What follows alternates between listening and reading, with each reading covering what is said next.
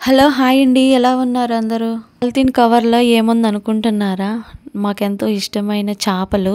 మేము పంజాబ్ వచ్చిన తర్వాత అసలు చేపలనేది తినలేదు. ఇక్కడ దొరకక కాదు, కానీ చేపలనేది ఐస్‌లో ఉండటం వల్ల నచ్చక మేము తీసుకోలేదు. ఫ్రెష్ చేపలు కావాలని చూసాము చాలా చోట్ల, కానీ మాకెక్కడ కూడా దొరకలేదు.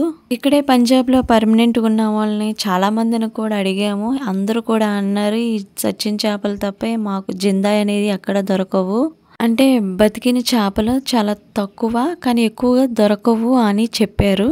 చాలాసార్లు నేను వీడియోలో కూడా చెప్పాను. పట్టే వాళ్ళ దగ్గరికి కూడా వెళ్ళి మనీ ఇస్తాము, మీరు మాకు చేపలు ఇస్తారంటే లేదని కూడా మనా చేశారు, ఇవ్వమని అన్నారు. ఈ చేపలు మాకు ఎలా ఇచ్చారనంటే, మా హస్బెండ్ డ్యూటీ కాడ ఎప్పుడు తన పక్కనే ఉంటారంట. అందరికీ చెప్పి చూసాడు చేపలు కావాలని, కానీ తన పక్కనున్న ఆ సారుకి మట్టికి చెప్పలేదంట. ఒకసారి అచానక్గా మా ఇంటికి వచ్చాడు ఆ సారు. మాట్లాడుకుంటుంటే చేపల ట్రాపిక్ వచ్చి చేపలు కావాలని అడిగాము మేము.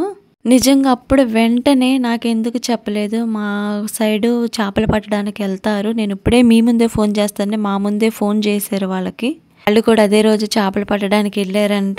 నా చేపలు ఉన్నాయి అని చెప్పారు. చాలా సంతోషం అనిపించింది మాకు.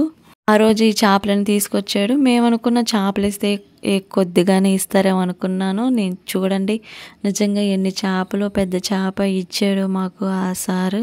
చేపలు తీసుకోవడం సంతోషంగా తీసుకున్నామండి. వాటిని కట్ చేసి క్లీన్ చేసేసరికి మా పని అయిపోయింది ఆ రోజు. అసలు అన్ని చేపలు చేసేసరికి మా దగ్గరేమో సరైన చాకు లేదండి. ఆ చిన్న చాకుతోనే నేనేమో అది రాయల్లే ఉంది కదా, అల్లం వెల్లుల్లి పేస్ట్ రుబ్బుకునేది, దాంతో నేను కొట్టడం అలా కటింగ్ చేసుకున్నాం మేము. హస్బెండ్ ఏమో ఆ చేపలన్నిటిని కట్ చేస్తున్నాడు, నేనేమో రాయి మీద వాటిని మంచిగా శుభ్రం చేశాననమాట.